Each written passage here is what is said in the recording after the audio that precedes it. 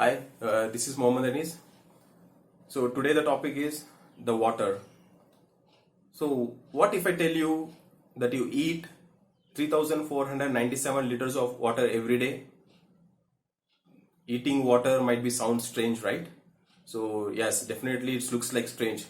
But you are about to discover that the actual you eat loads of it. I mean the water. And you are also addicted to it indirectly. And you know that there is every food behind there is water. You may not be do directly, but indirectly you consuming or eating the water. So let me explain some of like very precise way. The mainly we consume approximately the domestic water. For example, domestic water nothing but like you drinking, either you washing or brushing, for taking a bath, and including your washing your cars, everything. This approximately per day you use 137 liters per day. Whereas when you come to the second part is called industrials. For example, paper, cloth or cottons. This for industrial consume per day a human being utilize the water is approximately 167 liters per day. The second largest water which I am going to tell is invisible water. 3497 liters of water we consuming indirectly through the food. So if you cumulatively if you see 92% of the water we using indirectly, which is called invisible matter, and scientific term is called virtual water. So this is all, everything is hidden in our food. So the virtual water, the mainly the coined by a scientist, his name is Professor Tony Allen. Before going to see the virtual water, we see just one small introduction about the water. Here the freshwater resources are very much limited and also unevenly distributed in this planet. There is a survey and reported that more than 2.3 billion of people in various 21 different countries living in water stress condition.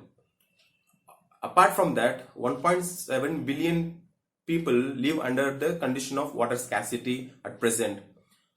And also there is a one more report in that they mentioned that by 2055 more than 64% of the world population will be going to face the water stress or water scarcity. So water is the most precious. So now we'll see the global water distribution. The majority of the part of the water is, everybody knew that it's ocean. It consists of 96.5%. So it is a salt water. It is unfit to drink. Whereas rest of the waters like ice caps or glaciers or river, lakes, etc., it altogether is consists just 3.5 liter, but it is sufficient for entire human being. Although there is a water scarcity. Now we'll see there are some of the countries which have enormous of water sources. In which order? The Brazil, Russia, Canada, Indonesia, China, Colombia, USA, and India. These are the countries are the very rich source of water, but still the same within this country having the water scarcity problem at present. So now we'll come to the virtual water. So the virtual water is nothing but any food products during the process of agriculture till it's come to your plate. So indirectly they use for the water to get output of any food. It is called virtual water. So this virtual water can be classified or distinguished into three classes. One is blue water, another one is green water, the final one is the gray water.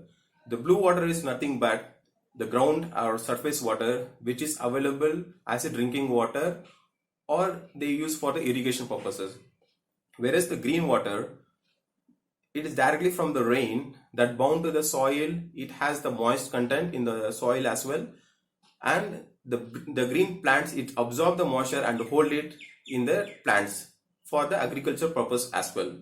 The gray water is nothing but day-to-day life in our domestically we waste the various water like taking bath and for washing clothes, and also our fecal matter, everything included in that.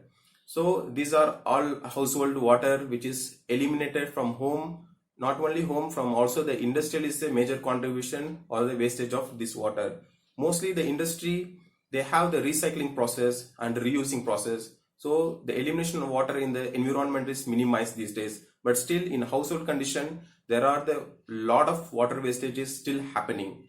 The water using most usage countries and as well as the continent, if you see, in the top order, the Africa, they're utilizing most of the contribution of water is in agriculture sector, which is approximately 88%, whereas the Asian continents, they're using almost 86% of the water consumption for agriculture sector. Other European and American continents, including that Australian continent, they're using very less water utilization for their agriculture production.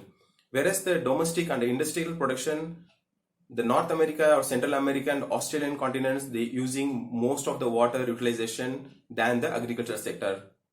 So leading irrigation countries, if you see, they majorly the China and India is a topmost, they're utilizing for the irrigation purposes. So now we talk about how the virtual waters or hidden water or invisible water is involving in the food production. As I mentioned, more than 92% of the food, with the water is required to get any food product. That's a major portion we are spending the water in the food sector, food commodities. Rest of the 8% is like domestic and other purposes like industrial purposes. I'll take a simple calculation or simple example here. If you want to get 200 kg, for example, if you want to get 1 kg of beef, you need to spend, or farmers need to spend more than 15,000 liters of water. So I'll mention how it is working here. So how water is required. If you take from the calf, it's need to grow a cow. It's required almost 3 years of the period. In this period, the total weight of the cow, it's reached up to 200 kgs, which almost 200 kgs of boneless meat we will get it in the future after 3 years. During these 3 years, the cow eat almost 1300 kgs of grains and also 7200 kgs of hay or straw or grasses, whatever. For this production of grains and hay or straw, it requires almost 3.06 million liters of water.